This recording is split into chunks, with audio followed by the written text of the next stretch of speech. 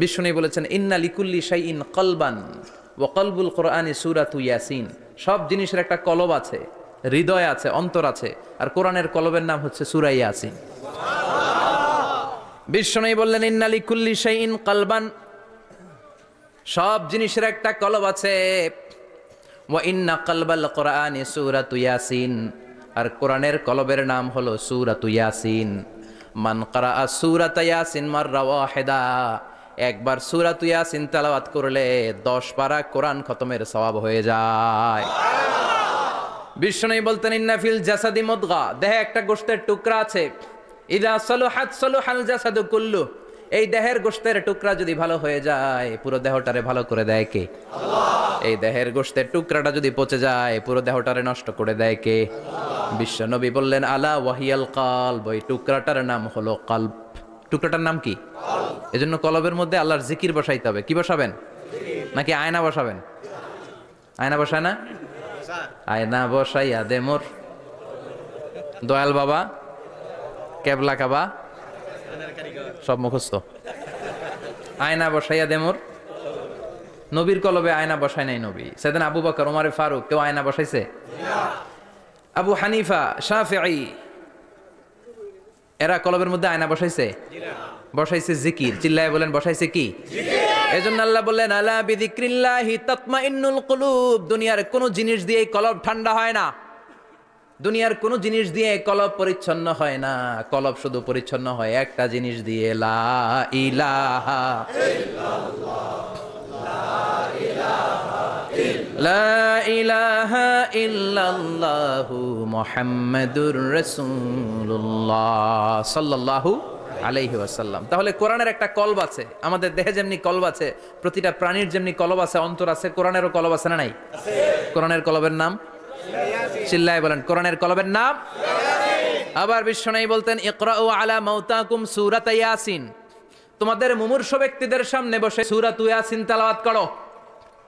রূহ চলে যাবে, মৃত্যুর একেবারে দ্বার প্রান্তে দাঁড়িয়ে এই মুহূর্তে তার পাশে বসে পড়তে আরম্ভ করেন ইয়াসিন ওয়াল কোরআনিল হাকিম ইন্নাকা লামিনাল মুরসালিনা আলা সিরাতিম মুস্তাকিম। ওই ব্যক্তির ঈমানের মৃত্যু দান করে দিবে কে? আল্লাহ। মৃত্যুর কষ্ট হালকা করে দিবে কে? আল্লাহ। আবার বিশ্বনবী বলতেন রাত্রিবেলা যে ব্যক্তি একবার সূরাত ইয়াসিন তেলাওয়াত করে ঘুমাতে যায়, সকালবেলা নিষ্পাপ অবস্থায় তারে ঘুম থেকে জাগাবে কে? আল্লাহ। তাহলে এই সূরার মর্যাদা কম কম না বেশি বেশি? কলবুল কোরআন, এটা কোরআনের কলব, একবার পড়লে 10 পারার সওয়াব। আবার মুমূর্ষ ব্যক্তির সামনে বসে সূরা ইয়াসিন তেলাওয়াত করতে বলা হয়েছে, তাহলে মৃত্যুর কষ্টরে হালকা করে দেয় কে? আল্লাহ। আবার রাত্রিবেলা সূরা ইয়াসিন তেলাওয়াত করলে সকালবেলায় নিষ্পাপ বানায় দেয় কে? আল্লাহ। মানে থাকবে? কোরআনের কলবের নাম কি? ভুলে যাবেন না তো? বেশি বেশি তেলাওয়াত করতে রাজি আছেন? সকাল সন্ধ্যা তেলাওয়াত করবেন তো? সূরা ইয়াসিন ছাড়াও এই সূরার অনেকগুলো নাম তাফসীর গ্রন্থে পাওয়া যায়। এই সূরার একটা নাম হচ্ছে সূরাতুল কাদিয়া, সূরাতুল তাকদি হাজাতা কারিইহা। যে এই সূরা তেলাওয়াত করে ওই তেলাওয়াতকারীর যে হাজত আছে, প্রয়োজন আছে, এই সূরার বরকতে আল্লাহ তার প্রয়োজন পূরণ করে দেয়। আমাদের জীবনে প্রয়োজন আছে না নাই? কার কাছে চাইবো? বিপদে পড়লে কারে বলবো? আমরা বিপদে পড়লে প্রথমে শেয়ার দেই ফেসবুকে। কোথায় শেয়ার? আগে শেয়ার দিব কার কাছে? মনে থাকবে? বিপদে পড়লে ফেসবুকে শেয়ার দিব না, বন্ধুরে শেয়ার করব না, বউয়ের কাছেও পরে শেয়ার করব, আগে শেয়ার করব কার কাছে? মনে থাকবে? এজন্য বিশ্বনবী বলতেন এই সূরার নাম সূরাতুল কাদিয়া, মানুষের হাজত পূরণ করে দেয়। এই সূরা তেলাওয়াত করে যদি আপনি আল্লাহর কাছে কোনো বিপদ থেকে পানা চান অথবা কোনো প্রয়োজন নিয়ে দোয়া করেন, সূরার বরকতে প্রয়োজনটা পূর্ণ করে দেয় কে? আল্লাহ। কেউ যেটা পারে না পারে কে? আল্লাহ। কেউ যেটা দেয় না দেয় কে? আল্লাহ। কেউ যেটা শোনে না শোনে কে? আল্লাহ। তাহলে পেলাম সূরাতুল কাদিয়া। আরেকটা নাম আছে সূরার, সেটা হচ্ছে সূরাতুল আযীমা, সুমহান সূরা। কি সূরা? সুমহান, আযীমা। এই আযীম আর আযীমা এই শব্দ দুইটা অনেক দামি, আল্লাহ যে কোনো জায়গায় ব্যবহার করেন নাই। বিশ্বনবীর চরিত্রের উপমা দিতে যে আল্লাহ আযীম শব্দ বলেছেন, তাই না? রব্বুল আলামিন বলেন ওয়া ইন্নাকা লাআলা খুলুকিন আযীম। ও নবী, সাধারণ কোন চরিত্র আপনারে আমি দেই নাই, আপনারে আমি দিয়েছি আযীম একটা চরিত্র, খুলুকুন আযীম। and verily indeed you are on a very good standard of character. অসাধারণ চরিত্র দিয়েছে। বিশ্বনবীর চরিত্র বুঝাতে যে আল্লাহ কি শব্দ ব্যবহার করেছেন? কথা বলে না, তাফসীর শিখে যেতে হবে। কোন শব্দ ব্যবহার করেছেন? আজিম।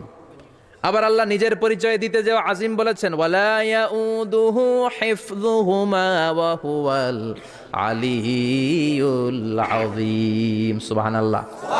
আকাশ জমিনের নিয়ন্ত্রণ করতে যে আল্লাহ কখনো ক্লান্ত হয় নাকি? কারণ তিনি হচ্ছেন আল আলিয়্যুল আযীম। আল্লাহু আকবার।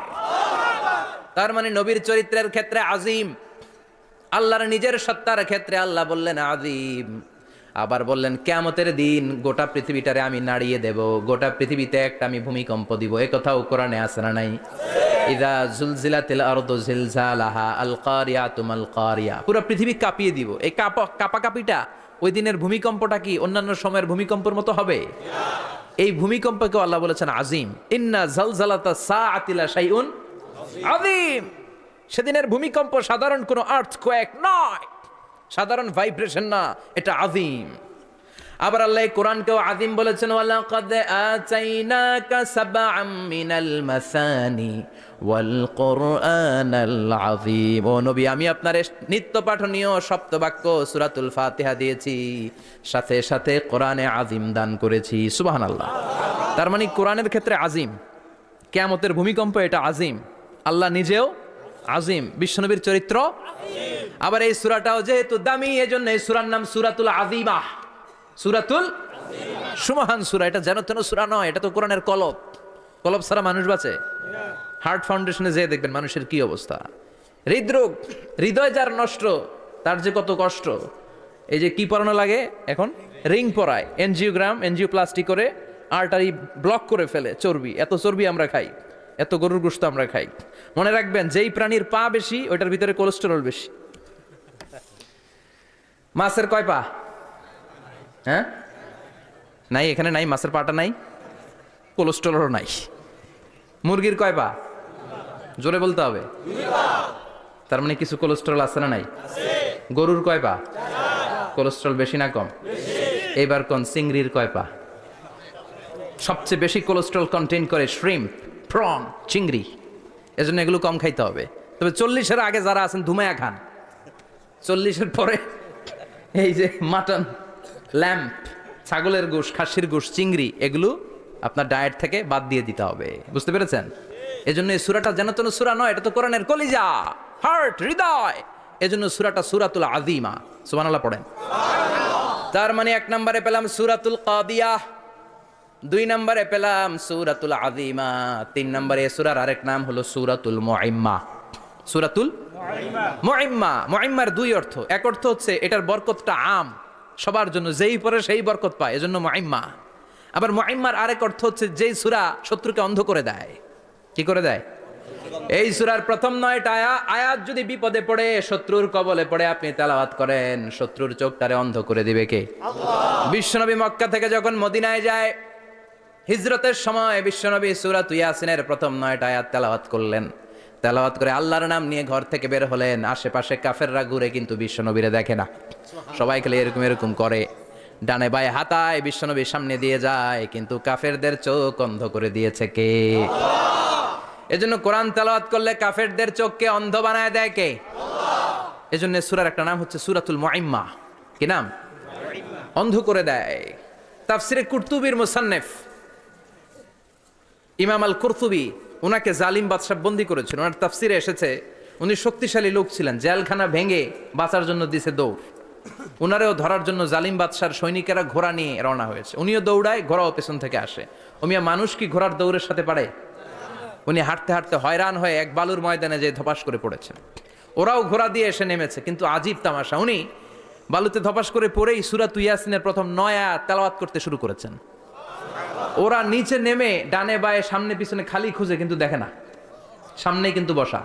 ওদের চোখটা অন্ধ করে দিছে কে? আল্লাহ। বিশ্বাস হয়? ঈমান হয়? এজন্য বিপদে পড়লে সূরাতুল ইয়াসিনের প্রথম 9 আয়াত পড়তে রাজি আছেন? আল্লাহ তুমি তৌফিক দাও। আমিন। আরো জোরে পড়েন আমিন। এজন্য আল্লাহ চমৎকার ভাবে এই সূরাটা শুরু করে দিলেন দুইটা কাটা অক্ষর দিয়ে। আল্লাহ বললেন ইয়াসিন ওয়াল কুরআনিল হাকীম ইন্নাকা লামিনাল মুরসালিন আলা সিরাতিম মুস্তাকিম। পড়েন সুবহানাল্লাহ। ইয়াসিন সূরাটা শুরু করলেন কি দিয়ে? এটা কি কোনো বাক্য? এটা কি কোনো শব্দ? এটা কি অক্ষর? দুইটা। প্রথম অক্ষরের নাম, দ্বিতীয়টা আওয়াজ করে বলেন, প্রথম অক্ষরটার নাম, দ্বিতীয়টা।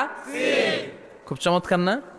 বাক্য দিয়ে এই সূরাটা শুরু করে নাই। যেমন ইদা জুলজিলাতিল আরদু জিলজালাহা, এই সূরার প্রথম আয়াত, এটা একটা বাক্য না? আচ্ছা। ওয়াদ-দুহা ওয়াল-লাইলি ইযা সাজা, বাক্য না? কিন্তু ইয়াসিন এটা কি কোনো বাক্য? এটা কি কোনো শব্দ? না, এটা কাটা দুইটা অক্ষর। সুবহানাল্লাহ পড়েন। আল্লাহ 114টা সূরার প্রায় 29টা সূরা এরকম কাটা কাটা অক্ষর দিয়ে শুরু করেছেন। সুবহানাল্লাহ নাই?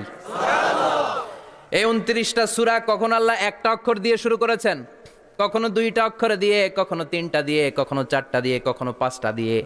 একটা অক্ষর দিয়ে আল্লাহ কোরআনের সূরা শুরু করেছেন। এরকম একটা সূরা বলেন। নুন ওয়াল কলামি ওয়া মা ইয়াসতুরুন।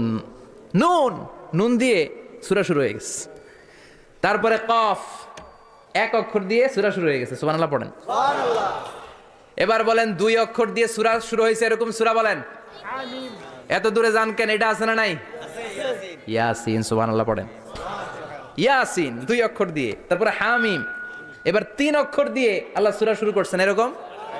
আলিফ লাম মিম তা সিন মিম। আল্লাহু আকবার। আবার চারটা অক্ষর দিয়ে সূরা শুরু হয়েছে এরকম আছে না নাই? হাফেজ সাহেব কোন? আলিফ লাম মিম র, আলিফ লাম মিম সদ, আছে না নাই? আবার পাঁচটা কাটা অক্ষর দিয়ে সূরা শুরু হয়েছে এরকম সূরাও আছে না নাই? সূরা মারিয়ামের শুরুতে কি আছে?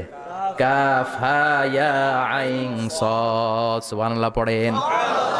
এরকম প্রায় 29টা সূরা আল্লাহ কাটা কাটা অক্ষর দিয়ে শুরু করেছেন, কোনো বাক্য দিয়ে নয়, কোনো শব্দ দিয়ে নয়। কি দিয়ে? হারফ দিয়ে। হারফ, এই হারফগুলোরে বলে হুরুফ আত-তাহাজ্জি বা হুরুফ আল মুকাত্তাআত, কাটা কাটা অক্ষর। মনে রাখবেন কোরআনের আয়াতগুলো দুই ভাগে বিভক্ত, একটা মুহকাম, একটা মুতাশাবিহ।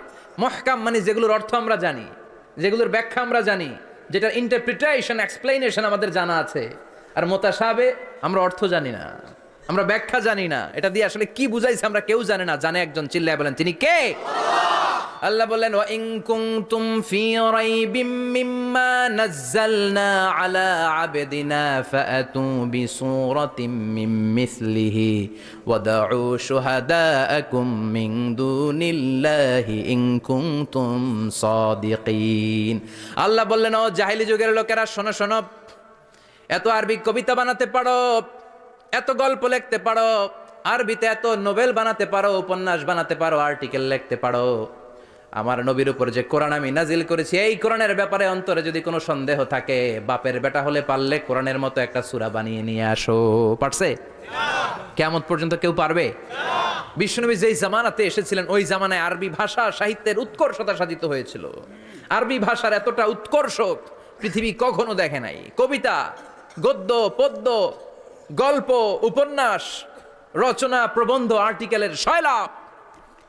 এই ভাষা সাহিত্যিকদের চোখে আঙ্গুল দিয়ে আল্লাহ বুঝাতে চাইলেন এত অর্থ করতে পারো, এত ব্যাখ্যা জানো, এত বড় বড় বুলিয়া ওড়াও, এত কিছু তুমি জানো, তাহলে বলো ইয়াসিন অর্থ কি?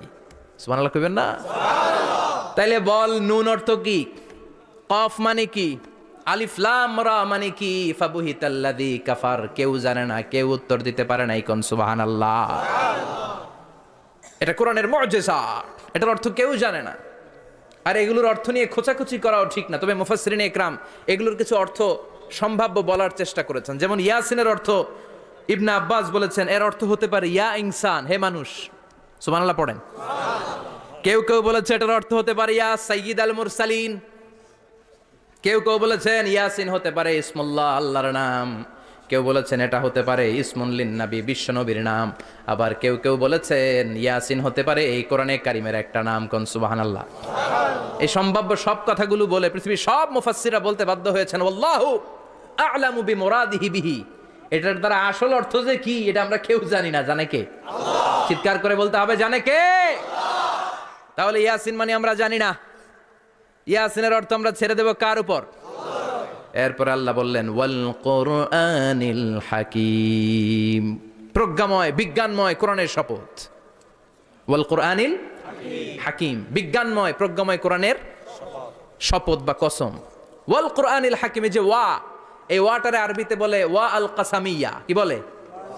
ওয়া আল কাসামিয়া, কসম কাটার জন্য আল্লাহ এই ওয়া ব্যবহার করেছেন। যত জায়গায় কোরআনে আল্লাহ কসম কেটেছেন, ওই কসমের শব্দটার আগে ওয়া আছে না নাই? ও মিয়া, কোরআনে আল্লাহ সময়ের শপথ করেছেন, কসম কেটেছেন, যুগের কসম কেটেছেন। যুগের সময়ের আরবি হলো আল্লাহ আসর, এই আসরের আগে ওয়া আছে না নাই? কি বলছে আল্লাহ? ওয়াল আসর, ওয়াল। আবার তিন ফলের কসম আল্লাহ কোরআনে কেটেছেন, কি বলেছেন? ওয়াত্তিন, মানে তিনের কসম। জাইতুনের কসম কেটেছেন, বলেছেন ওয়াজ জাইতুন। তুর পাহাড়ের কসম কেটেছেন, বলেছেন ওয়া তুর সিনিন। যত জায়গায় কসম তত জায়গায় ওয়া আছে না নাই? পাহাড়ের নামে কসম কেটেছেন, আল্লাহ বলেছেন ওয়া তুর। সূর্যের নামে কসম কেটেছেন, আল্লাহ বলেছেন ওয়াশ শামসি ওয়া দুহাহা। সুবহানাল্লাহ কইবেন না? ফজরের নামে কসম কেটেছেন, কি বলেছেন? ওয়াল ফাজর। জিলহজ মাসের প্রথম 10 রাতের কসম কেটেছেন, কি বলেছেন? ওয়া লায়ালিন আশর। জোর আর বেজরের কসম কেটেছেন, আল্লাহ বলেছেন ওয়াশ শাফাঈ ওয়াল ওয়াতর। সূরা ইয়াসিনে কাটা কাটা 2টা অক্ষরের পরে রব্বুল আলামিন কোরআনের কসম কেটেছেন, এজন্য আল্লাহ বলেছেন ইয়াসিন ওয়াল কোরআনিল হাকিম। ইয়াসিন ওয়াল কোরআনিল হাকিম, প্রজ্ঞাময় বিজ্ঞানময় কোরআনের শপথ। কোরআনের মধ্যে বিজ্ঞান আছে না নাই? বেশি না কম? বিশ্বাস হয় না? নাস্তিকদের কথা বিশ্বাস হয়? নাস্তিকরা বলে কোরআনের মধ্যে বিজ্ঞান নাই, কোরআনের মধ্যে সায়েন্স নাই, কোরআনের ভেতরে টেকনোলজি নাই। কিন্তু কোরআন বলে এমন কিছু নাই, মানুষের প্রয়োজনীয় এমন কিছু নাই যেটা আমার ভিতরে নাই। আল্লাহু আকবার। আল্লাহ বললেন মা ফাররাতনা ফিল কিতাবি মিন শাই, কিতাবের মধ্যে আমি কিছু বাদ রেখে দেই নাই। ইতিহাসের কথা বলেছি, পাতালপুরীর কথা বলেছি, ঊর্ধ্ব জগতের কথা বলেছি, মহাকাশের কথা বলেছি, cosmology, astrology, geology, zoology, botany, human anatomy, embryology, সব কিছুর কথা কোরআনের মধ্যে দিয়েছে কে? কোরআনের ভেতরে মানুষের কথা আছে না নাই? কোরআনের মধ্যে গাভীর কথা আছে না নাই? গাভীর কথাও আছে। কই আছে? হ্যাঁ, সূরাতুল গাভীর সূরা। সুবহানাল্লাহ কইবেন না? মানুষের কথা আছে সূরাতুল ইনসান, জিনদের কথা আছে সূরাতুল জিন, মাকড়সার কথা আছে সূরাতুল আনকাবুত, মৌমাছির কথা আছে সূরাতুন নাহাল। মৌমাছির কথা বলেছেন, দুধের কথা বলেছেন, প্রাণীর কথা বলেছেন, খাদ্যের কথা বলেছেন, মানুষের দেহ বৈশিষ্ট্যের কথাও বলেছেন। চিৎকার করে পড়েন আল্লাহু আকবার। আল্লাহ বললেন ওয়া আওহা রাব্বুকা ইলান নাহলি আনিত্তাখিযি মিনাল জিবালি বুয়ুতাও ওয়া মিনাশ শাজারি ওয়া মিম্মা ইয়ারিশুন। সুবহানাল্লাহ পড়েন। ওয়া আওহা রাব্বুকা ইলান নাহল, আল্লাহ মৌমাছির কাছে সিক্রেট মেসেজ পাঠিয়েছেন। সুবহানাল্লাহ পড়েন। ওহীকে আরবিতে বলে সিক্রেট মেসেজ। সায়েন্টিফিক আলোচনা শুরু হইতেছে, মনোযোগ আসছে না গেছে? জিমানি ধরছে? হ্যাঁ, মনোযোগ আসছে না গেছে? তাকবীর দেওয়া যাবে? জোরে না আসতে? শুরুতে বিবাহিতরা দেন, এরপরে অবিবাহিতরা দেন, এরপরে সবাই মিলে দেন। বিবাহিত কারা কারা দেখি?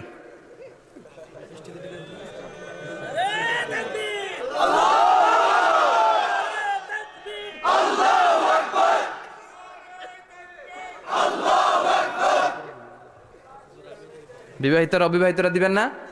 শুরুতে বিবাহিতরা দেন, তারপরে অবিবাহিতরা দেন, তারপরে সবাই মিলে দেন। বিবাহিতরা রেডি? দেখবো কাদের গলায় জোর বেশি। দেখি দেখি, বিবাহিতরা দেন লিল্লাহে তাকবীর। মাশাআল্লাহ। এবার অবিবাহিতরা রেডি? আওয়াজ নাই, হেরে যাবে আজকে, হেরে যাবে। রেডি? তাকবীর দাও, লিল্লাহে তাকবীর।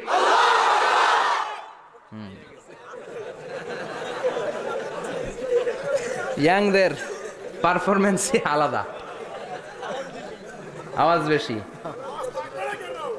এবার সবাই মিলে তিনটা, লিল্লাহে তাকবীর, লিল্লাহে তাকবীর, লিল্লাহে তাকবীর। আল্লাহ মৌমাছিকে ওহী করেছেন। কি করেছে? দেখেন, ওয়াল কোরআনিল হাকিম, আল্লাহ যে বললেন শেষ হবে না এই কথা। ওয়াল কোরআনিল হাকিম, বিজ্ঞানময় কোরআনের শপথ, প্রজ্ঞাময় কোরআনের শপথ। বিশ্বনবী বলেন লা তুহসা আজাইবুহু, কোরআনের আশ্চর্যান্বিতার কোনো শেষ নাই। ওয়ালা তাবলা গারাইবুহু, কোরআন কোনোদিন কারো কাছে পুরাতন মনে হয় না। ফিহি মাসাবিহুল হুদা, কোরআনের মধ্যে আছে হেদায়েতের মশাল, ওয়া মানারুল হিকমা, কোরআন হলো বিজ্ঞানের সুউচ্চ মিনার। লা তুহসা আজাইবুহু, কোরআনের আশ্চর্যান্বিতার শেষ নাই। যতই পড়বেন আপনি আশ্চর্য হয়ে যাবেন, যতই স্টাডি করবেন, যতই অধ্যয়ন করবেন, আপনার চোখকে খুলে দিবে কে? ওয়ালা তাবলা গারাইবুহু, কোরআন কখনো পুরাতন হয় না। পুরান হয় নাকি? যার বয়স 50 বছর ধরে নামাজি মানুষ, প্রতি নামাজের প্রত্যেক রাকাতে কোন সূরা পড়া লাগে? তো 50 বছর যদি কেউ নামাজি হয়, তাহলে কত লক্ষবার উনি সূরা ফাতিহা পড়ছে উনি নিজে জানে? তারপরেও কোনোদিন কি মনে হয়েছে সূরা ফাতিহাটা একটু পুরান পুরান লাগে? আজকে কুল হল্লা দিয়ে শুরু করুন, কথা বলেন। পুরান লাগছে কোনোদিন? এত পড়ছে এটা, আজকে আর এটা না, আজকে আর একটা, এরকম মনে হয়? বলা চাপলা গরাইবহু, পুরান লাগে না। প্রতিদিন নতুন, প্রতিনিয়তই নতুন, অলওয়েজ নিউ, সব সময় নতুন। এজন্য বিশ্বনবী বললেন লা তুহসা আজাইবুহু, কোরআনের আশ্চর্যান্বিতার শেষ নাই। ওয়ালা তাবলা গারাইবুহু, কোরআন কখনো পুরাতন হয় না। ফিহি মাসাবিহুল হুদা, কোরআনের মধ্যে আছে হেদায়েতের মশাল, ওয়া মানারুল হিকমা, কোরআন হলো বিজ্ঞানের সুউচ্চ মিনার। সুবহানাল্লাহ। আল্লাহ বললেন ওয়া আওহা রাব্বুকা ইলান নাহাল, আমি মৌমাছির কাছে মেসেজ দিলাম, সিক্রেট মেসেজ, আনিত্তাখিদি মিনাল জিবালি বুয়ুতা, তোমরা পাহাড়ের মধ্যে তোমাদের বাড়ি বানাও, মৌচাক বানাও। অমিনা সাজার, গাছের মগ ডালে, বড় বড় ডালে তোমরা বাসা বানাও। ওয়ামিম্মা ইয়ারিশুন, উঁচু উঁচু জায়গায় মৌচাক বানাও, যাতে করে গ্রামের ছোট্ট ছেলেরা ঢিল মারতে না পারে। কোন সুবহানাল্লাহ। মৌমাছির আল্লাহ শিখাই দিছে। নিচু জায়গায় কোনোদিন মৌমাছির বাসা দেখবেন? নিচু জায়গায় সহজে নাগাল পাওয়া যায়, ধরা যায়। কথা কন। ডাল বেয়ে মগ ডালে ওঠা লাগে মধু খাইতে চাইলে। চিল্লায় বলেন ঠিক কিনা? আল্লাহ সিক্রেট মেসেজ দিলেন আর বললেন আনিত্তাখিদি। আলেম যারা আছেন বলেন তো, ইত্তাখিদি এটা কি মুজাক্কারের সিগা না মুয়ান্নাসের সিগা? কথা কইতে হবে, কেউ নাই এটার উত্তর দেওয়ার মতো। মুয়ান্নাস, মাশাআল্লাহ, এটা স্ত্রীবাচক শব্দ। আল্লাহ মৌমাছিকে যে মেসেজ করছে, পুরুষ মৌমাছিরে কয় নাই, এটা নারী মৌমাছিরে কইছে। চিল্লা এখন সুবহানাল্লাহ। এখন গবেষণা করে দেখা গিয়েছে, কার্ল ভন ফ্রিচ, একজন অস্ট্রিয়ান বিজ্ঞানী, উনি এটা নিয়ে গবেষণা করে 73 সালে 1973-তে নোবেল পেয়ে গেছে। এই আয়াতের উপর গবেষণা করে আল্লাহ কেমন করে সিক্রেট মেসেজ দিয়েছেন, কেমন করে মৌমাছি মৌচাকের বাসা বাঁধে, কেমন করে মধু আহরিত হয়, এটার উপর গবেষণা করে উনি একটা বই লিখেছেন, দ্য ডান্সিং বিজ। নেচে যাওয়া মৌমাছিগুলো, নাচতে নাচতে যেতে থাকা মৌমাছিগুলোর উপর একটা বই লিখে, দ্য ডান্সিং বিজ লিখে উনি নোবেল প্রাইজ পেয়েছেন এই মধুর উপরে। চিল্লায় পড়েন আল্লাহু আকবার।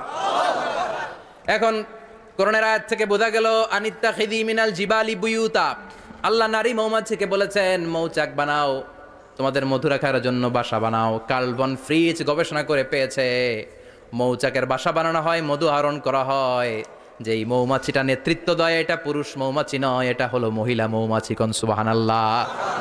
পুরো মৌচাকের মধ্যে মধু আহরণ, মধু নেওয়া, পুরো প্রসিডিউরটা সারার জন্য কোনো পুরুষ মৌমাছি লিডিং দেয় না, লিডিং দেয় একটা নারী মৌমাছি, স্ত্রী মৌমাছি। এজন্য ইত্তাখিদ, ম্যাসকুলিন জেন্ডার ইউজ না করে আল্লাহ বলেছেন ইত্তাখিদি। নারী মৌমাছিকে আল্লাহ অ্যাড্রেস করে বলেছেন যাও মৌচাক বানাও আর এটার মধ্যে মধু আহরণ করো। চিল্লায় পড়েন আল্লাহু আকবার। আল্লাহ বললেন ইত্তাখিদি মিনাল জিবালি বুয়ুতা, পাহাড়ের মধ্যে ঘর বানাও, ওয়ামিনাস সাজার, গাছের বড় ডালের মধ্যে ঘর বানাও, ওয়ামিম্মা ইয়ারিশুন, উঁচু উঁচু জায়গায় ঘর বানাও। উনি গবেষণা পেয়েছেন এই মধুর মধ্যে অসাধারণ কিছু ন্যাচারাল অ্যান্টিসেপটিক আছে। কি আছে? Natural antiseptic. এটার নাম হচ্ছে প্রপিলিস। প্রপিলিস নামে একটা লিকুইড পাওয়া যায় মৌচাকের মধ্যে। এটা কাটা জায়গায় লাগা দিলে স্যাভলন, ডেটল কিছু লাগানো লাগবে না। ওই প্রপিলিসের কারণে আপনার কাটা জায়গা এমনি শুকায় যাবে। সুবহানাল্লাহ পড়েন। দ্বিতীয় বিশ্বযুদ্ধে রাশিয়ান যত সৈনিকরা যুদ্ধে আহত হতো, ওরা আলাদা করে অ্যান্টিসেপটিক খাইতো না, ওরা মধু আইনা লাগাই দিত আর সুস্থ হয়ে যেত। সুবহানাল্লাহ পড়েন। নিউজিল্যান্ডের কিছু বিজ্ঞানীরা আবিষ্কার করেছে মৌমাছির হুলের ভিতরে রেমিটিক ফিভারের অ্যান্টিবায়োটিক আছে। অনেকের বাত জ্বর হয়, বাতের ব্যথা থাকে না? থাকে, মুরব্বীদের বেশি হয়। ওই জায়গার মধ্যে যদি আপনি মৌমাছি এনে ঢুকাই দিতে পারেন, মৌমাছির হুল লাগাই দিতে পারেন, ভালো হয়ে যাবে। মৌমাছি যখন হুল ফুটে আরাম লাগে না অনেক? খাইছেন? কামড় খাইছেন? হ্যাঁ, মজা লাগে। তো নিউজিল্যান্ডের এই গবেষকরা এরা আবিষ্কার করেছে যে মৌমাছি যদি হুল ফুটিয়ে দেয়, ওইখানে বাতের ব্যথা থাকলে, বেদনা থাকলে এটা ভালো হয়ে যাবে। আমি নিজে দেখেছি, বিবিসি একটা ডকুমেন্টারি, ইজিপশিয়ান একজন ফিজিশিয়ান, চিকিৎসক, উনি ওনার বাতের ব্যথায় আক্রান্ত যত রুগীরা আছে ওদের গায়ের মধ্যে মৌমাছি এনে এনে নিজে নিজে হুল ফুটায়, রুগী চিৎকার মারে ও মাগো ও আল্লাহ গো, কিন্তু একদিন পরে ব্যথা নাই, আর কয় ভালো হয়ে গেছি। সুবহানাল্লাহ কইবেন না? তো এজন্য এই কার্ল বন ফ্রিজ 1973-তে দ্য ডান্সিং বিজ লেখে গোটা বিশ্বকে তাক লাগিয়ে দিয়েছে। তার গবেষণার প্রতিটি পয়েন্ট কোরআনের এই আয়াতের সাথে মিলে যায়। চিৎকার করে পড়েন আল্লাহু আকবার। এই যে আমরা মধু খাই, এই মৌচাকের ভেতরে অন অ্যান অ্যাভারেজ অ্যারাউন্ড 60,000 মৌমাছি থাকে। 3 ভাগে, একটা হচ্ছে কুইন বি, একটা মেল বি, আর একটা হচ্ছে ওয়ার্কার বি। একটা থাকে রানী মৌমাছি, এর নেতৃত্বে সবাই চলে।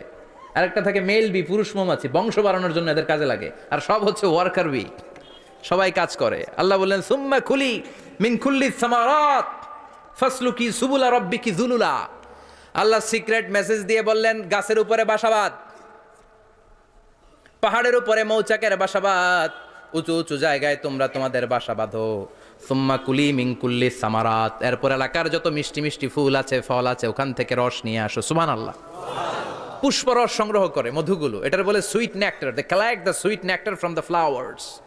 এবং মধুর মধ্যে এত চমৎকার জিনিস থাকার কারণ হচ্ছে মৌমাছিগুলো ওই এলাকার সব ধরনের ফুল, ভালো ভালো সুগন্ধযুক্ত ফুল ফল থেকে রস নিয়ে আসে। তো ওই গাছগুলোর মধ্যে বনাজি গাছ আছে না নাই? ঔষধি গাছ আছে না নাই? এজন্য মধুরে বলা হয় সব রোগের ঔষধ।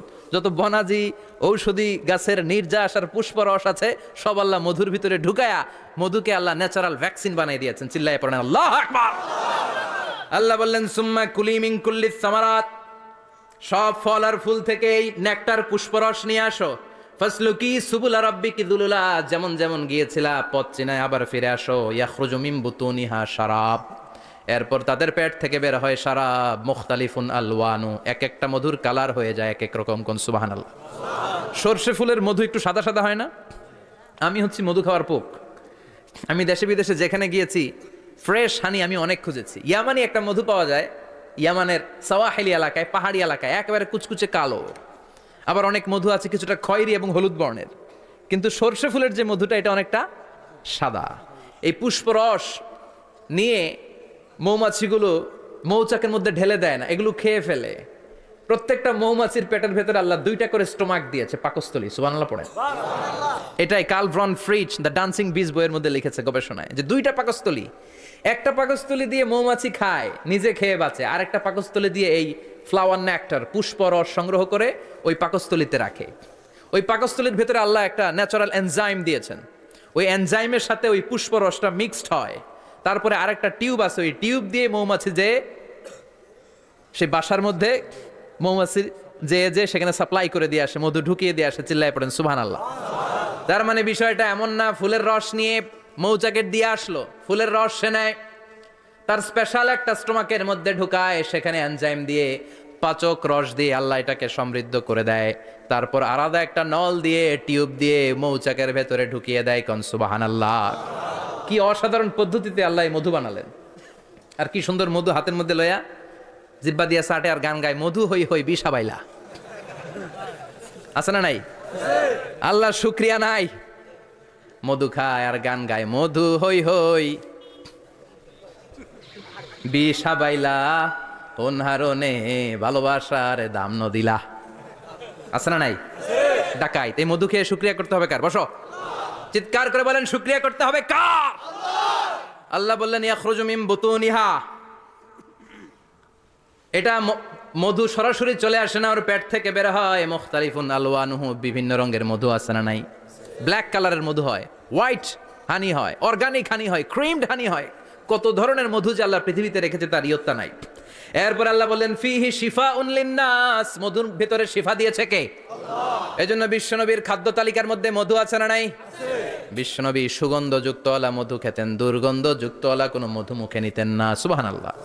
বিশ্বনবীর জামানায় মাগাফির নামে একটা মধু ছিল, দুর্গন্ধযুক্ত, এটা কখনো বিশ্বনবী মুখে নিতে চাইতেন না। সুগন্ধযুক্ত মধু সবসময় বিশ্বনবী খেতেন। বিশ্বনবীর স্ত্রীরা এই সুগন্ধিযুক্ত মধু বোতলের মধ্যে প্রিজার্ভ করে রাখতেন বিশ্বনবীকে দেওয়ার জন্য। বিশ্বনবী প্রাণ ভরে এগুলো পান করতেন। সুবহানাল্লাহ। বিশ্বনবী যে সমস্ত খাদ্যগুলো পছন্দ করতেন হাদিসে এসেছে, বিশ্বনবী রুটি খেতেন, খেজুর খেতেন, খেজুর, খেজুর চিনেন? বালাহ, তামার, দুধ খেতেন, এই মধু খেতেন, জব খেতেন, বার্লি খেতেন, লাউ খেতেন, রুম্মান, ডালিম ফল, আনার ফল, আনার চিনেন? আনার, এই আনার খেতে পছন্দ করতেন বিশ্বনবী। মাশরুম খেতেন, মাশরুম, মাশরুম চিনেন? ব্যাঙের ছাতার মতো। রেস্টুরেন্টে ইদানিং মাশরুমের স্যুপ পাওয়া যায়, এটা খাবেন। যাদের চোখের জ্যোতিতে সমস্যা, দৃষ্টিতে সমস্যা, খাবেন। হাদিসে এসেছে আল কামআতু মিনাল মান ওয়া মাউহা শিফাউন লিল আইন। মাশরুম হলো মান্না সালোয়ার মতো খাবার।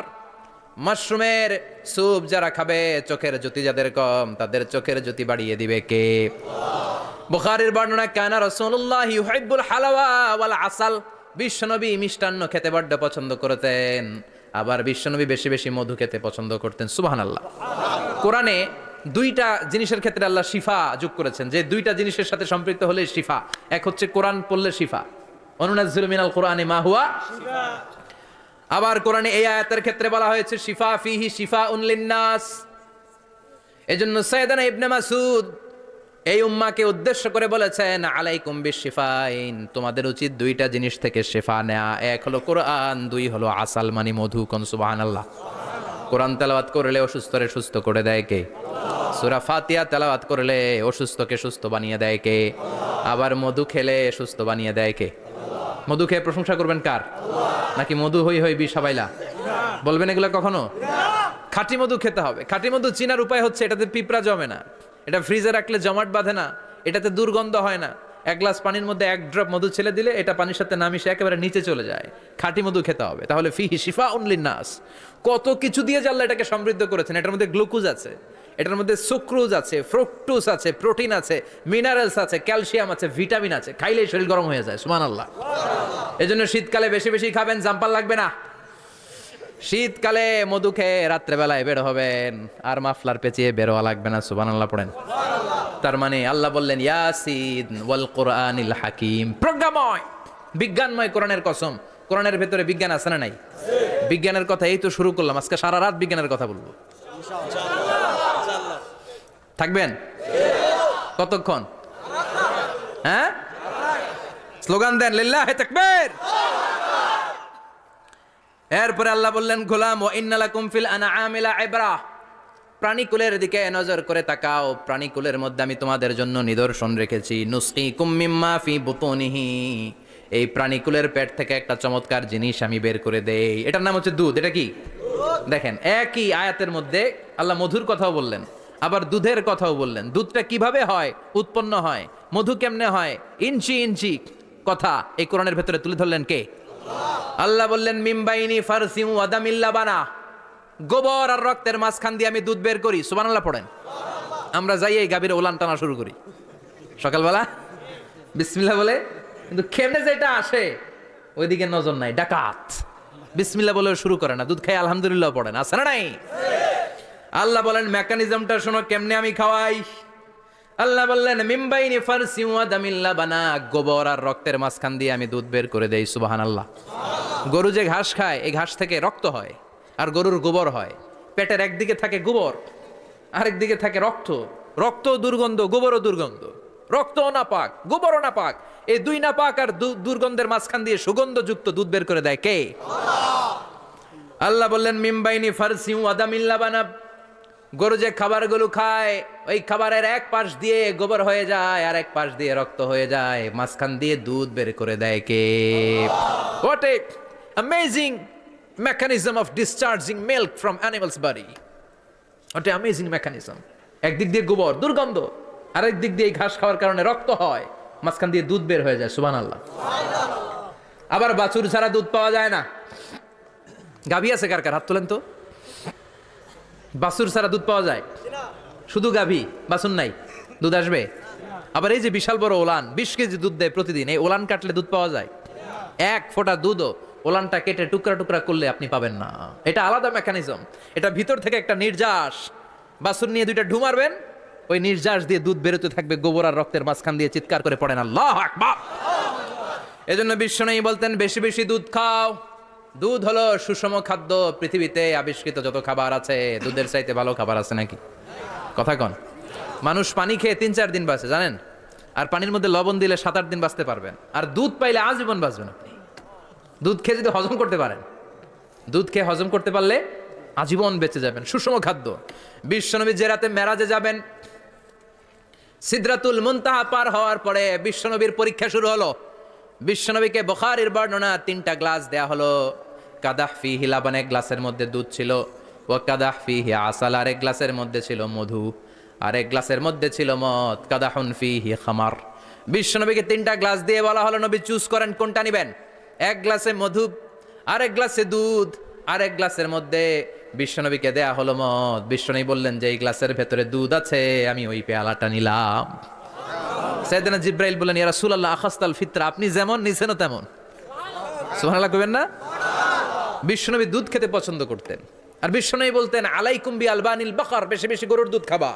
ফা ইন্নাহা তুরাম্মু মিনাল আশজার, কেননা এটা সবুজ লতা পাতা ঘাস পাতার নির্যাস। গরু কি খায়? ঘাস খায় না? এই ঘাসের নির্যাস হচ্ছে দুধ। বিশ্বনবী বলতেন বেশি বেশি দুধ খাবা। ফিহি শিফা, এর মধ্যে শিফা আছে। ফি লাবানিহা শিফা ও লুহমিহা দা, গরুর দুধে আছে শিফা, গরুর গোশতের মধ্যে আছে রোগ। সুবহানাল্লাহ কোন? কত বড় ফিলোসোফার বিশ্বনবী। বিশ্বনবী বলে গিয়েছেন গরুর দুধ বেশি খাও, কিন্তু গোশ বেশি খাইও না। আর আমরা গরুর গোশ পাইলে কোপায় ফেলাই। সাদা ভাত আর ঝাল গরুর মাংস যদি হয়, ওই যে অনেকের জিহ্বায় পানি চলে আসছে।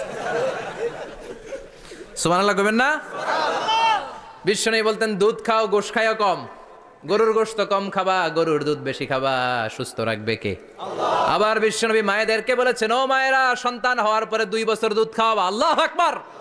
ওয়াল ওয়ালিদাতু ইউরদি'না আওলাদাহুন্না হাওলাইনি কামিলাইনি লিমান আরাদা আন ইউতিম্মার রাদাআ। সন্তান যারা পেয়েছো মায়েরা, বোনেরা, 2 বছর দুধ খাওয়া সন্তানকে সুস্থ রাখবে কে? আল্লাহ। বাচ্চা ডেলিভারির পরপরই আল্লাহ তাআলা মায়ের বুকে একটা দুধ দেয়, এটাকে বলে শাল দুধ। এটা হচ্ছে বাচ্চার জীবনের প্রথম প্রাকৃতিক টিকা। সুবহানাল্লাহ কয় না? এটা বেবির জীবনে ন্যাচারাল প্রাকৃতিক টিকা, প্রতিষেধক আল্লাহ দিয়ে দিয়েছে। আপনার বাচ্চাকে টিকা দিন, স্লোগান আছে না? 5টা 7টা টিকা দেওয়া লাগে। প্রথম টিকাটা আল্লাহ নিজেই ফ্রি দিয়ে দিছে। এটা শাল দুধের ভেতরে পাওয়া যায়। এজন্য বাচ্চাকে শাল দুধ খাওয়াতে হবে। তার ব্রেনের গ্রোথ হবে, সে শক্তিশালী হবে, সে দেশপ্রেমিক হবে, সে আল্লাহওয়ালা হবে। চিল্লা এখন ঠিক কিনা? যে মায়েরা বাচ্চারে দুধ খাওয়ায়, ওই বাচ্চারা মায়েরে ভালোবাসে বেশি। আর যেই মা গুলো বাচ্চারে দুধ না খাওয়ায় আর ডানু খাওয়ায়, আর কি কি আছে? হরলিক্স আর সিরালেক, কমপ্লেট। যারা এগুলো খাওয়াবে, ডানু খাওয়াবে, যারা ল্যাকটোজেন খাওয়ায়, যারা বুকের দুধ খাওয়াতে চায় না কোনো কারণ ছাড়া, 2 বছর বাচ্চারে দুধ দিতে চায় না, এই বাচ্চাগুলো বড় হলে ওই মারে বৃদ্ধাশ্রমে দিয়ে আসবে। কথা কন, কথা কন। এজন্য মায়েরা, বোনেরা, সন্তান হলেই তাকে বুকের দুধ দিয়ে আল্লাহর পক্ষ থেকে যে টিকাটা, এই টিকাটা পেটের ভিতরে ঢুকাই দিতে হবে। চিল্লা এখন ঠিক কিনা? এটা হচ্ছে ন্যাচারাল টিকা। এজন্য আল্লাহ বললেন, ইয়াসিন ওয়াল কোরআনিল হাকিম। ইয়াসিন, বিজ্ঞানময় কোরআনের শপথ। কোরআনের মধ্যে বিজ্ঞান আছে না নাই? অভাব নাই। কয়টা শুনবেন? আল্লাহ কসমোলজির কথা বলেছে, অ্যাস্ট্রোলজি কথা। কসমোলজি হচ্ছে সৃষ্টি তত্ত্ব। কসমোলজি কি? সবাই বলেন কসমোলজি কি? আল্লাহ বললেন, আওয়ালাম ইয়ারাল্লাযীনা কাফারু আন্নাস সামাওয়াতি ওয়াল আরদা কানাতা রাতকান ফাফাতাকনাহুমা। কাফেররা কি দেখে না মহাবিশ্বের সব কিছু একসাথে মিলে ঝিলে ছিল, বিশাল এক বিস্ফোরণের মাধ্যমে আমি মহাবিশ্ব তৈরি করেছি। সুবহানাল্লাহ। আদিতে, শুরুতে কিন্তু সব আকাশ, বাতাস, জমিন, চন্দ্র, সূর্য, নক্ষত্র, গ্রহ, নিহারিকা পুঞ্জ, গ্যালাক্সি, ব্ল্যাক হোল, সব কিছু মিলেমিশে একসাথে ছিল। এটার ঘনত্ব ছিল খুব বেশি। মহাবিশ্বের সব কিছু ছিল একটা বিন্দু। এটাকে বিজ্ঞানীরা নাম দিয়েছে দ্য সিঙ্গুলারিটি, মহা একত্ব। এরপর একটা প্রচন্ড বিস্ফোরণের মধ্য দিয়ে মহাবিশ্ব সৃষ্টি হয়েছে। এটার ওরা নাম দিয়েছে বিগ ব্যাং থিওরি। কি নাম? স্টিফেন হকিং মারা গেছে না গত বছর নাকি? হ্যাঁ, বছর খানিক আগে মারা গিয়েছে। সবচেয়ে বড় পদার্থবিজ্ঞানী ছিল। সে একটা বই লিখেছে, from the brief history of time, a brief history of time from big bang two black hole. সেখানে সে প্রমাণ করেছে কোরআনের এই আয়াত, কানাতা রাতকান, মহাবিশ্বের সবকিছু একটা বিন্দু ছিল। চাঁদ, সূর্য, গ্রহ, তারা সব কি ছিল? কথা বলেন, সবাই বলেন। একটা মাত্র বিন্দু ছিল। আল্লাহ বলেন, don't the disbeliever observe that the heavens and earth were joined together, then I separated with a gigantic sound, explosion. সব একসাথে ছিল, চাঁদ, তারা, আকাশ, নদী, নালা সব একসাথে। তারপরে একটা বিকট বিস্ফোরণের মধ্য দিয়ে পৃথিবী হয়েছে, এ চাঁদ হয়েছে, চন্দ্র হয়েছে। সূর্য হয়েছে, মহাবিশ্বের সবকিছু এই মহাবিস্ফোরণের মধ্য দিয়ে হয়েছে। চিৎকার করে পড়েন আল্লাহু আকবার। এই যে ছোট্ট পৃথিবীতে আমরা বসে আছি, এই পৃথিবীর চেয়ে সূর্য 13 লক্ষ গুণ বড়। চিল্লায় পড়েন আল্লাহু আকবার। এটা কি বাড়ির কাছের কথা? 13 লক্ষ গুণ বড়, কল্পনা করা যায়? তার মানে কি সূর্যই সবচেয়ে বড়? না, সূর্যের চেয়ে অনেক বড় বড় তারা আছে। ব্যাটেল জিউস নামে একটা তারা আছে মহাকাশে, যেটা যে সূর্য পৃথিবীর চেয়ে 13 লক্ষ গুণ বড়। এই ব্যাটেল জিউস তারা সূর্যের চেয়ে 33 কোটি গুণ বড়। এই ব্যাটেল জিউস তারাটাই কি সবচেয়ে বড়? না, এর চেয়েও কত বড় তারা যা আছে কোনো হিসাব নাই। এরকম বিশাল বিশাল তারা ঘুরতে ঘুরতে মাওয়াকিউন নুজুম, ব্ল্যাক হোল নামে একটা রেঞ্জ আছে। এই রেঞ্জের মধ্যে যদি ঢুকে যায়, ছোট্ট বাচ্চার মুখে চকলেট দিলে বাচ্চা যেমনি চকলেট চুষে খেয়ে ফেলে, এই বিশাল বিশাল তারাগুলো ব্ল্যাক হোলের মধ্যে ঢুকলে এক মুহূর্তের মধ্যে নিঃশেষ হয়ে যায়। চিল্লায় পড়েন আল্লাহু আকবার। এজন্য আল্লাহ বললেন ফালা উকসিমু বিমাওয়াকিউন নুজুম, এই তারকা নিঃশেষ হওয়ার যে জায়গাটা, এই জায়গার কসম আমি কোরআনের মধ্যে খেলাম। এই ব্ল্যাক হোলের রেঞ্জের ভেতরে তারা আসলে মুহূর্তের মধ্যে নিঃশেষ বানিয়ে দেয় কে? একটা তারার চেয়ে আরেকটা তারা বড়। এরকম হাজার কোটি তারা মিলে আমাদের গ্যালাক্সি। এই গ্যালাক্সির নাম হচ্ছে মিল্কি ওয়ে। কি নাম? আমাদের গ্যালাক্সির নাম কি? সবাই বলেন তো। Milky Way. কি নাম? এরকম একটা গ্যালাক্সি না, লক্ষ কোটি গ্যালাক্সি আছে। আমাদের গ্যালাক্সির পরে সবচেয়ে কাছের গ্যালাক্সির নাম অ্যান্ড্রোমেডা। কি নাম? এই অ্যান্ড্রোমেডা গ্যালাক্সি আমাদের গ্যালাক্সি থেকে 2.5 মিলিয়ন লাইট ইয়ার দূরে, মানে 25 লক্ষ লাইট ইয়ার। সুবহানাল্লাহ কইবেন না? আলোর গতি হচ্ছে পৃথিবীতে সবচাইতে বেশি বর্তমান সময় পর্যন্ত, জানেন? সেকেন্ডে কত মাইল? 1,86,000 মাইল। এক সেকেন্ডে আলো ছুটে 1,86,000 মাইল বেগে। এত বেগের কোনো প্লেন বা রকেট নিয়ে যদি আপনি আমাদের গ্যালাক্সি থেকে মিল্কি ওয়ে থেকে অ্যান্ড্রোমেডাতে যেতে চান, তাহলে আপনার 25 লক্ষ বছর লেগে যাবে। সুবহানাল্লাহ বাড়িতে যায় বললেন। এরপর আল্লাহ বললেন ওয়াস সামাআ বানাইনাহা বিআইদিন ওয়া ইন্না লামুসিউন, আকাশ আমি বানালাম, গ্যালাক্সি আমি বানালাম। বানানোর পর থেকে সবগুলোর আমি প্রশস্ত করতে শুরু করে দিলাম। সব ছিল ক্ষুদ্র, একটা বিন্দুর মধ্যে আমি বিস্ফোরণ করলাম একটা আওয়াজ দিয়ে। আওয়াজটা ছিল কুন। আওয়াজটা ছিল কি? জোরে কন, আবার কন। কুন ফায়া ইন্নামা আমরুহু ইযা আরাদা শাইআন আন ইয়াকুলা লাহু কুন ফায়াকুন। আল্লাহ যখন কিছু করতে চান শুধু বলেন কুন, শুধু বলেন বি। কুন মানে বি, ইট ওয়াজ, এটা হয়ে যায়। হাও বলতে দেরি। এই মহাবিস্ফোরণের নেপথ্যে যে শব্দটা ছিল সেটা ছিল কুন। সেটা ছিল কি? আল্লাহ কুন বলতে দেরি, মুহূর্তের মধ্যে বিগ ব্যাং, বিশাল এক্সপ্লোশন, তারপর থেকে মহাবিশ্ব ছড়াচ্ছে। আল্লাহ বলছেন এই কোরআনের ভেতরে বলে দিয়েছেন ওয়া ইন্না লামুসিউন, আমি এই মহাবিশ্বকে, এই গোটা ইউনিভার্সকে আমি প্রতিনিয়ত সম্প্রসারিত করছি। প্রতিনিয়ত এটা বড় হচ্ছে, সম্প্রসারিত হচ্ছে। চিল্লায় বলেন আল্লাহু আকবার। আজ থেকে মাত্র 20 বছর আগে এটা তারা আবিষ্কার করেছে। এটা কোন সাল? 2020 বছর পেছনে গেলে কত? 1998, তাই না? এই 1998 সালে তারা আবিষ্কার করেছে সুপারনোভা কসমোলজি প্রজেক্ট। এই সুপারনোভা কসমোলজি প্রজেক্টে তারা এই সিদ্ধান্তে এসেছে যে মহাবিশ্ব কোন নামক এক বিস্ফোরণের পর থেকে যে সম্প্রসারিত হচ্ছে, আজ পর্যন্ত এটা শুধু বাড়ছে আর বাড়ছে, অ্যাক্সেলারেটিং হচ্ছে, এক্সপান্ডিং হচ্ছে, এটা কমছে না। কিয়ামত পর্যন্ত এটা বাড়তেই থাকবে। চিৎকার করে পড়েন আল্লাহু আকবার। এজন্য আল্লাহ বললেন ইয়াসিন ওয়াল কোরআনিল হাকিম, বিজ্ঞানময় প্রজ্ঞাময় কোরআনের শপথ। এই কোরআনের ভেতরে আমি কসমোলজির কথা বলেছি, অ্যাস্ট্রোলজির কথা বলেছি, জিওলজির কথা বলেছি, ফিজিক্সের কথাও বলেছি। সুবহানাল্লাহ।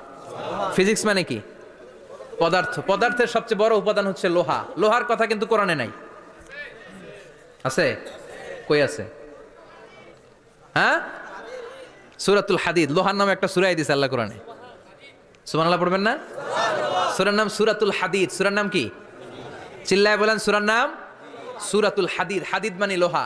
আল্লাহ বললেন ওয়া আনজালনাল হাদিদা ফীহি বা'সুন শাদীদ।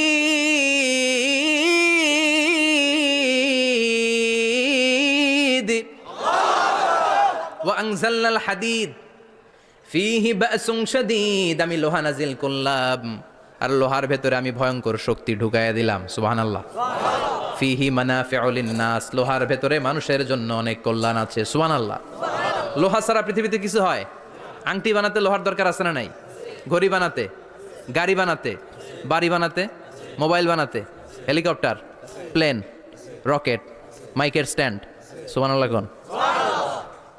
এমন কোন জিনিস নাই যেটার মধ্যে লোহা লাগে না। এজন্য আল্লাহ বললেন এই লোহার নামে আমি একটা সূরা ডেডিকেট করলাম, ওয়া আনজালনাল হাদিদ ফিহি বাসুন শাদীদ। আমি লোহাকে নাজিল করেছি। আল্লাহ বলেছেন, খেয়াল করে শব্দটা শুনেন, ওয়া আনজালনাল হাদিদ, আমি লোহাকে উপর থেকে নাজিল করেছি। কি করেছি? কথা বলেন। তার মানে লোহা পৃথিবীতে ছিল না, নাজিল করছে কে? লোহা পৃথিবীতে ছিল? পৃথিবীতে ছিল? পৃথিবীতে থাকলে নাজিল করবেন কেন? এই যে কোরআনটা পৃথিবীতে আগে ছিল, নাজিল করছে কে? কোন ফেরেশতাকে দিয়ে? সাইয়েদনা জিবরাইল। কোন নবীর উপর? বিশ্বনবী মুহাম্মদুর রাসূলুল্লাহ। আল্লাহু আকবার। তার মানে ওহী পৃথিবীতে ছিল না, আল্লাহ উপর থেকে নাজিল করেছেন। নুজুল মানে উপর থেকে নিচের দিকে আসা। এই নুজুল শব্দ ব্যবহার করে আল্লাহ বললেন, ওয়া আনজালনাল হাদিদ, লোহাকে আমি নাজিল করেছি। তার মানে লোহা পৃথিবীর উপাদান নয়, লোহা এসেছে উপর থেকে। কোন সুবহানাল্লাহ। বিজ্ঞানীরা, পদার্থবিদ যারা গবেষণা করে এটাই পেয়েছেন, লোহা আসলে পৃথিবীর না। লোহা পৃথিবীতে উৎপাদন করা হয় নাই। লোহার যে মলিকিউল, অণু আছে, লোহার একটা অণু তৈরি করার মতো ক্ষমতা পৃথিবীর নাই। ইভেন এই সৌরজগতের কোনো কিছু নাই। সূর্যের তাপেও লোহা তৈরি হতে পারে? লোহার ছোট্ট একটা অণু তৈরি করতে কমপক্ষে 1 কোটি ডিগ্রি সেলসিয়াস তাপের প্রয়োজন হয়।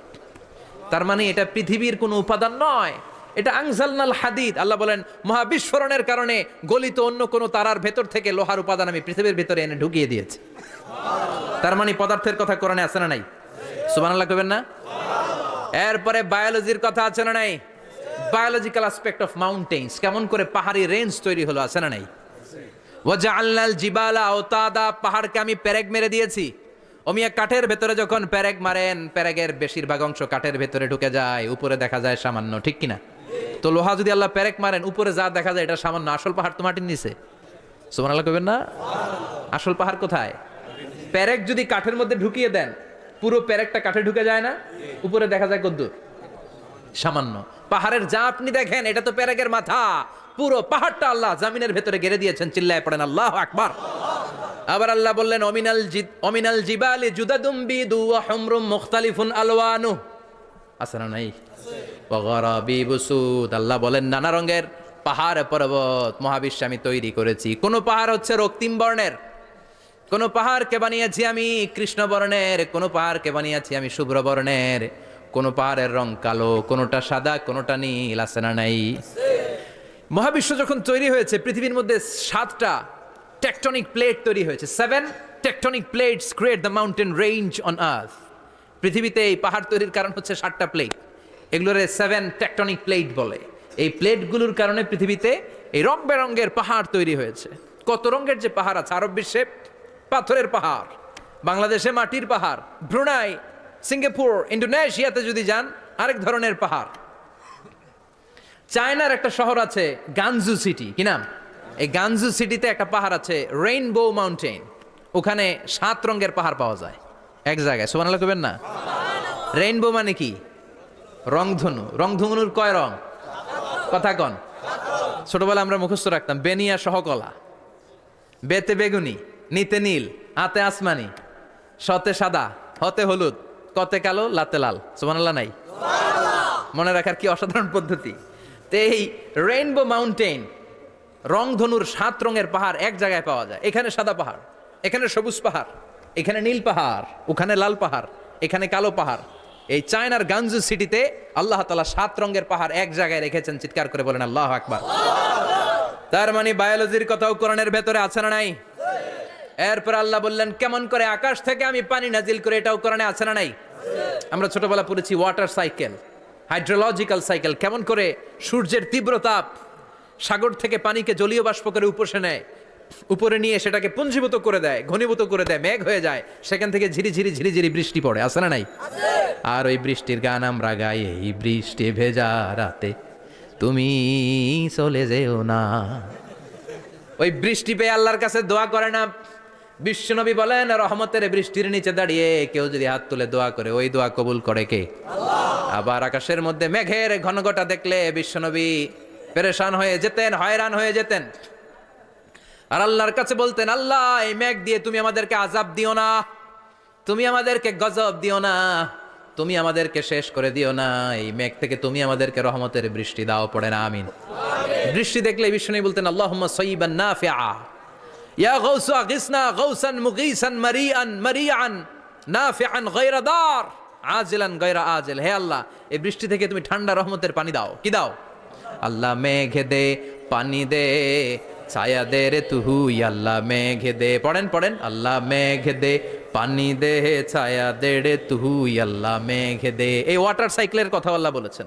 আলম তারা আন্নাল্লাহ ইউসজি সাহাবান, কাফের নাস্তিক যেগুলো সমাজের আবর্জনা খড়কুটা, ওরা কি দেখে না কেমন করে আমি বাতাসকে জলীয় বাষ্প করে আকাশে তুলি, বায়ুমণ্ডলে নিয়ে যাই, সুম্মা ইউআল্লিফু বাইনাহুম, জলীয় বাষ্পগুলারে তখন আমি ঘনীভূত করি, সুম্মা ইয়াজআলুহু রুকামান, এরপরে আমি মেঘে পরিণত করি, ফাতারাল ওয়াদকা ইয়াখরুজু মিন খিলালিহি, তারপরে মেঘের ভেতর থেকে ঝিরি ঝিরি বৃষ্টি নাজিল করে কে? আবার আল্লাহ বললেন পানি থেকে আমি পৃথিবীর সব প্রাণগুলারে বানালাম, ওয়াজআলনা মিনাল মাই কুল্লা শাইইন হাইয়া ফালা ইয়াকিলুন, পানির ভেতর থেকে সব প্রাণের উৎপত্তি পৃথিবীর মধ্যে ঘটিয়ে দিয়েছে কে? বিজ্ঞানীরা স্বীকার করেছে পৃথিবীতে যত প্রাণ পাওয়া যায়, যত প্রাণের ব্লুপ্রিন্ট পাওয়া যায় সব এসেছে পানি থেকে। চিৎকার করে বলেন কোত্থেকে? পানি নাই তো প্রাণ নাই, পানিও আছে প্রাণও আছে, কোন সুবহানাল্লাহ। বিজ্ঞানীদের ধারণা, তারা ধারণা করে বলেছে পৃথিবীর প্রথম প্রাণের নাম হচ্ছে অ্যামিবা। কি নাম? ওরা বলেছে এটা এককোষী জীব, it's a very small unicellular organism found ever in the world. পৃথিবীতে পাওয়া প্রথম এককোষী প্রাণীর নাম হচ্ছে অ্যামিবা। এটা এসেছে শৈবালের মতো, এরপরে জুপ্লাংটন, ফাইটোপ্লাংটন, ব্যাকটেরিও প্লাংটন, একটার পর একটা স্পিসিজ প্রজাতি পৃথিবীতে ডেভেলপ করেছে, কোন সুবহানাল্লাহ। এই পানির কথা কোরআনের ভেতরে বলে দিল কে? এজন্য আল্লাহ বললেন ওয়াল কোরআনিল হাকিম, বিজ্ঞানময় কোরআনের শপথ। এই কোরআনটা বিজ্ঞানের ঠাসা, এই কোরআন আশ্চর্যের শেষ নাই, এই কোরআন কোনোদিন পুরাতন হয় না। এই কোরআনের ভেতরে আল্লাহ দিয়েছেন হেদায়েতের মশাল, আর কোরআনটাকে বানিয়েছেন বিজ্ঞানের সুউচ্চ মিনার, জোরে কোন সুবহানাল্লাহ। তার মানে কোরআনে আমরা কি পেলাম? দুধের কথা পেলাম, মধুর কথা পেলাম, কিভাবে ডায়েট করবেন সেটা আমরা পেলাম, আমরা কসমোলজি পেলাম, অ্যাস্ট্রোলজি পেলাম, বায়োলজি পেলাম, ফিজিক্স পেলাম, ওয়াটার সাইকেল পেলাম। এবার পাতালপুরীর কথার দরকার আছে না নাই? পৃথিবীর একেবারে গভীরতম গভীরে কি আছে? এটা কিন্তু কোরআনে নাই, আছে। পৃথিবীর মাঝখানে যে উত্তপ্ত লাভা আর আগুন, এটা আপনারা জানেন? পৃথিবীর উপর দিয়ে আমরা ঠান্ডা পৃথিবীতে ঘুরে বেড়াই, কিন্তু এর ভিতরে কিন্তু আগুন, লাভা। আল্লাহ কোরআনের মধ্যে ফুটন্ত টকবগে সাগরের কসম খেয়েছেন। আল্লাহ বলেছেন ওয়াল বাহরিল মাসজুর,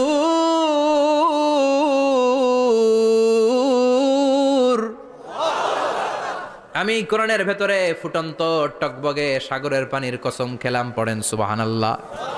সাগরের পানির ফুটন্ত টকবগে সাগরের পানির কসম। সাগরের পানি আবার ফুটন্ত হয় কি করে? পানি কি হয়? ঠান্ডা। পানি কি? কথা বলেন।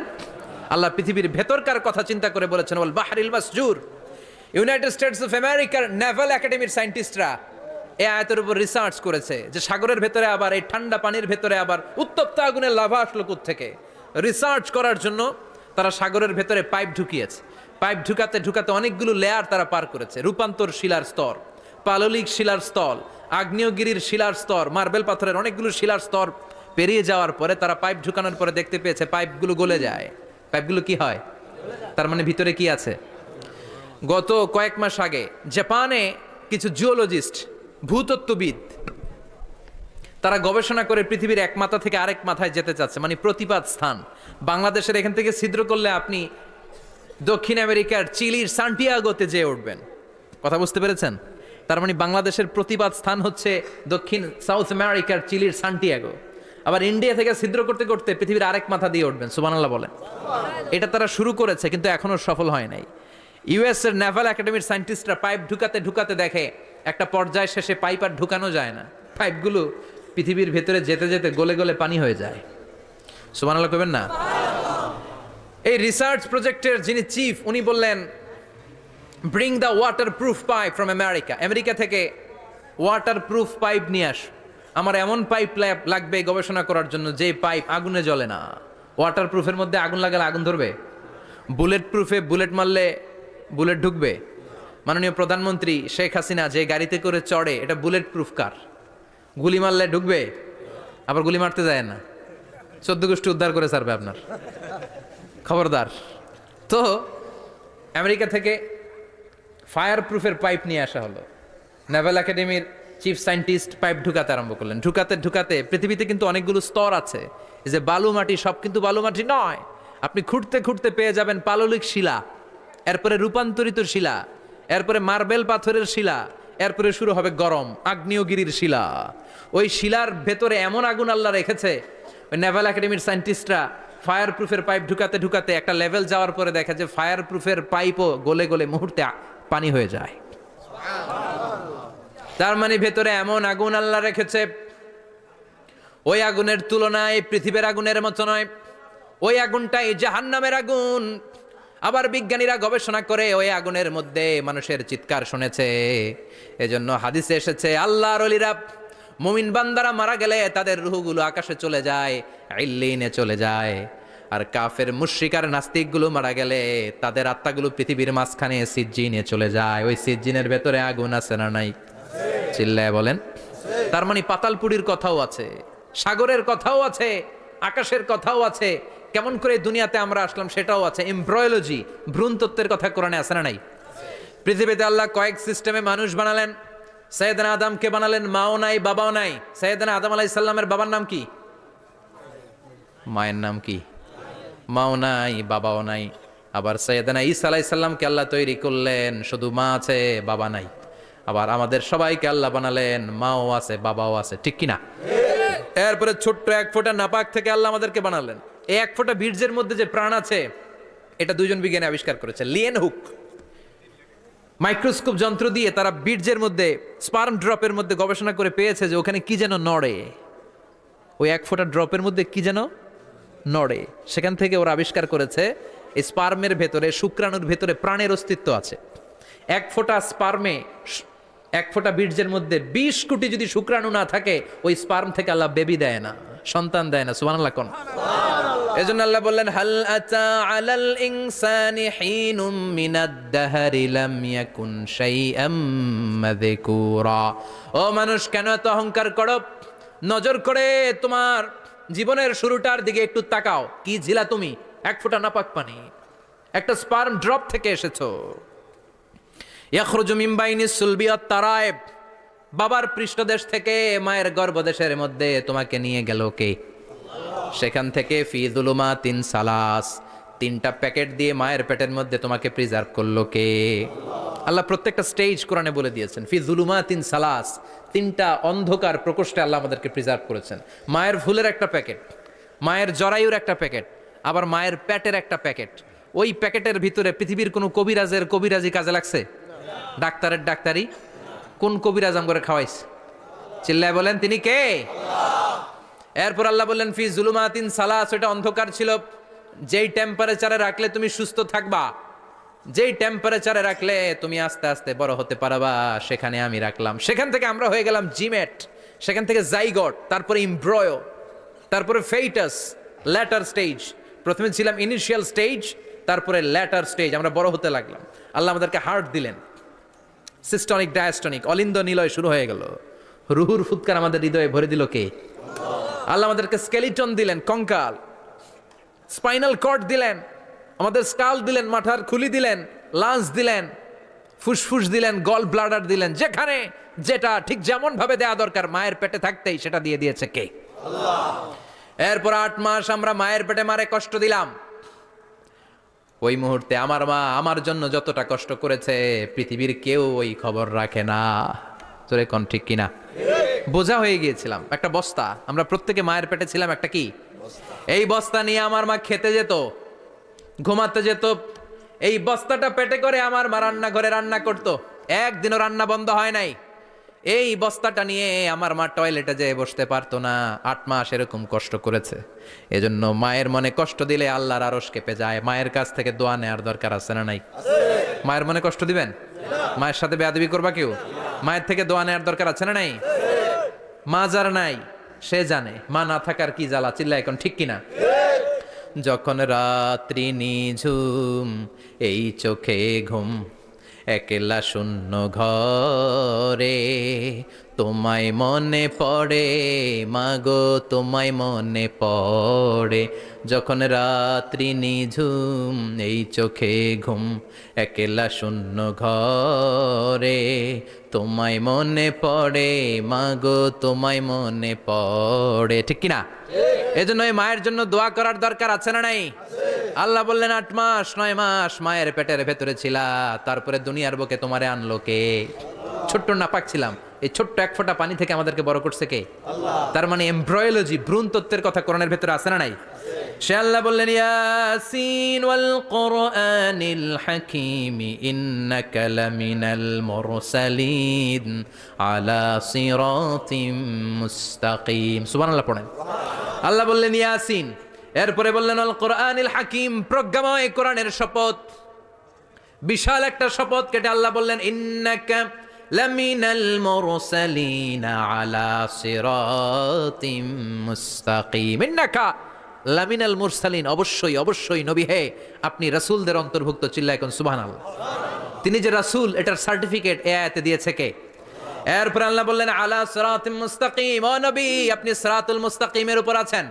যেই দোয়াটা প্রতিটা নামাজের মধ্যে প্রতিদিন প্রত্যেক রাকাতে সূরা ফাতিহাতে আমরা পড়ি, ইহদিনাস সিরাতাল মুস্তাকিম। ও আল্লাহ, show us the right path, show us the correct path, আপনি আমাদেরকে সোজা পথ দেখান।